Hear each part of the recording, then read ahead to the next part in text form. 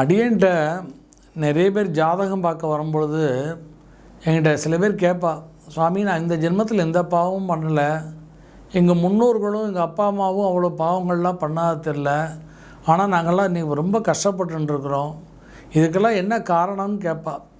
அதற்கு தான் அடியே நம்முடைய ஜோதிட சாஸ்திரமே அதுக்கு ஆன்சர் சொல்லிடுது. ஜனனி ஜென்ம சௌக்கியானாம். இந்த ஜாதகம் எழுதும் போதே ஒரு பாட்டு எழுதுவாள். பிறக்கும் போதே ஒருத்தருடைய ஜனனமாகும் போதே அவங்களுடைய சௌக்கியம் தீர்மானிக்கப்படுகிறது அப்படின்னு சொல்லிடுது. அதனால தான் பிறக்கும் போதே சௌக்கியம் தீர்மானித்துனா அது விதின்னு பேர். அப்போ விதிப்படி அப்படின்னு சொன்னால் ஒருத்தருடைய பூர்வ ஜென்மத்தினுடைய பாவ புண்ணியங்களும் இந்த ஜென்மத்தில் அவர் யாருக்கு பெற்றோரோ முன்னோர்களுடைய பாவ புண்ணியங்களும் அந்த வாழ்க்கையை தீர்மானிக்க சொல்லிடுது.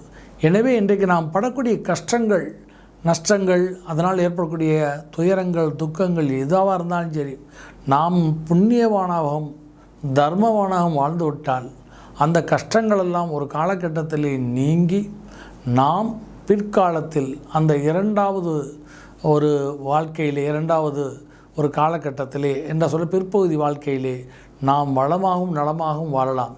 எனவே நம்மளுடைய பூர்வ ஜென்ம பாவ புண்ணியங்கள் அது மட்டுமல்லாது இந்த ஜென்மத்தினுடைய முன்னோர்களுடைய பாவ புண்ணியங்கள் இன்றைக்கு நாம் கஷ்டத்தை அனுபவித்தாலும் ஆனால் நாம் அந்த கஷ்டத்தை மனதால் ஏற்றுக்கொண்டு நாம் தர்ம நீரிடும் புண்ணியவானாகவும் வாழ்ந்துவிட்டால் நம்முடைய கஷ்டங்கள் அந்த சூரியனுடைய ஒளிபட்டு அந்த பனி உருகி ஓடுவதைப் போல் சீக்கிரமே அத்தனை கஷ்டங்களும் நீங்கி நாம் சௌரியமாக வாழலாம் என்பதற்கு சாஸ்திரங்களிலே நம்முடைய உபனிஷத்துகளிலே நிறைய ஆதாரங்களும் கதைகளும் இருக்கிறது.